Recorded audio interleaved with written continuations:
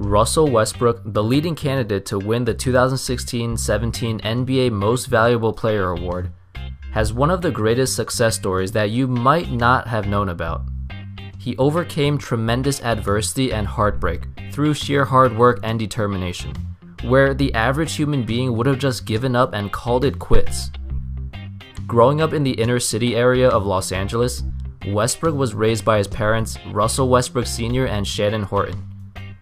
His father was an active pickup player and drove Westbrook around town to gyms and parks to play basketball.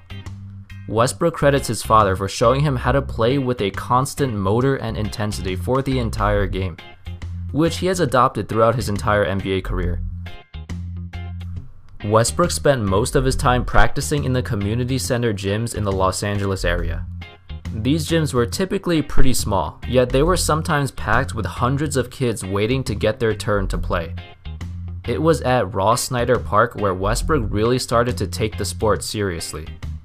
Basketball became his #1 priority, and along with his family's support, they kept him out of the streets as he focused on becoming the player that his father dreamed he would become.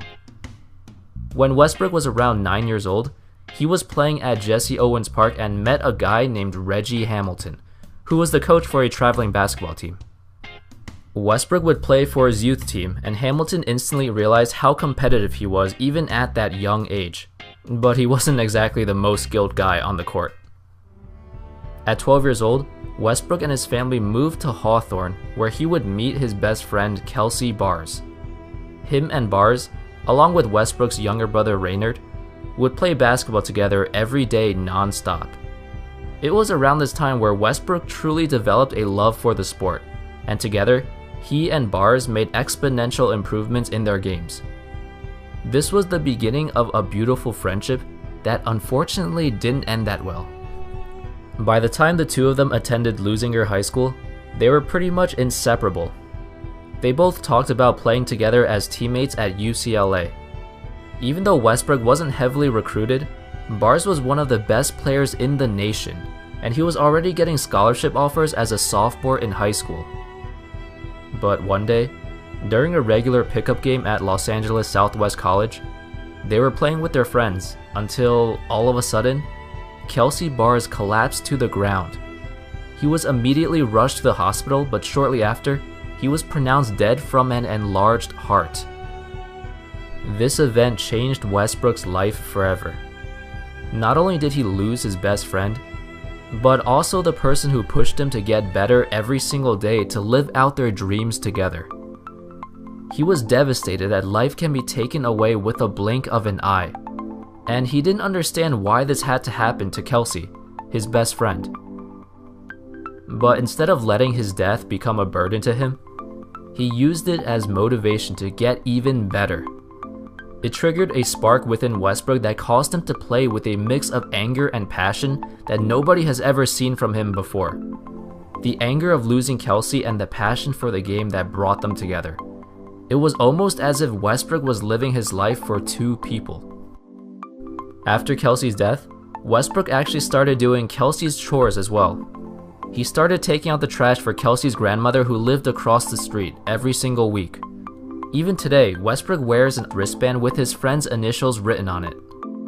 It just shows how much he meant to him, and the energy he plays with represents his love for the sport and everyone who supported him along the way. Unfortunately, Westbrook's height was holding him back. He was only 5'8" in his junior year of high school, and looking at his parents' heights, he probably wasn't going to grow any taller.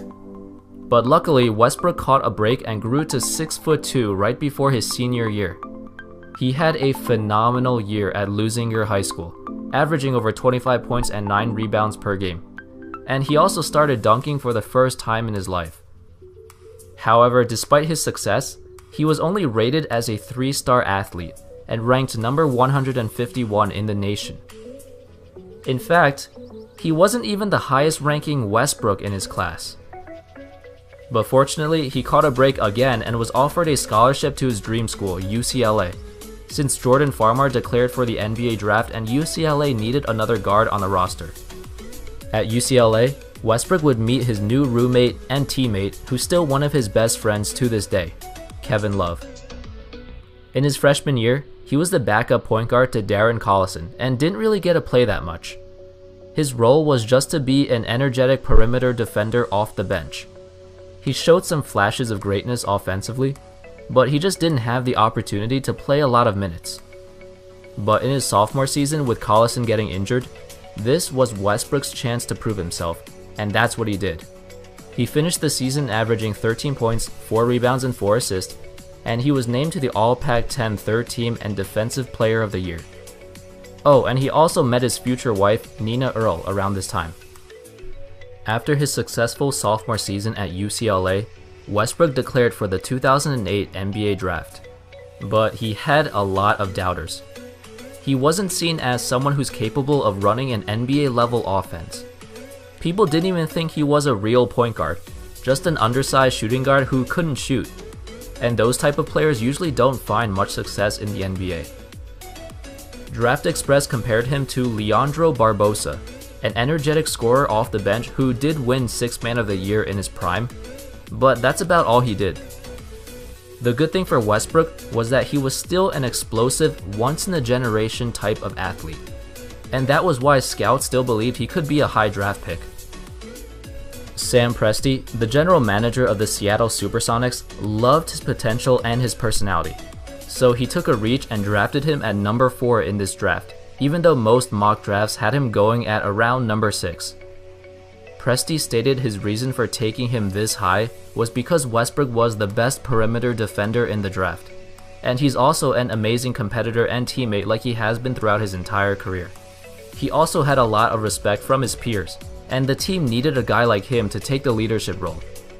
After Westbrook got drafted, he said, "I'm finally here.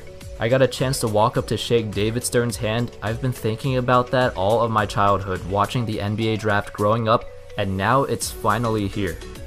The rest of this story is history. The Sonics moved to Oklahoma City, Westbrook made some huge improvements, Kevin Durant and James Harden are gone, and he just broke the record for most triple-doubles in a single season while being one of the major candidates to win MVP. Although Westbrook has overcome tremendous odds to become one of the best players in the league, he has always stuck to the same motto throughout his entire life: why not?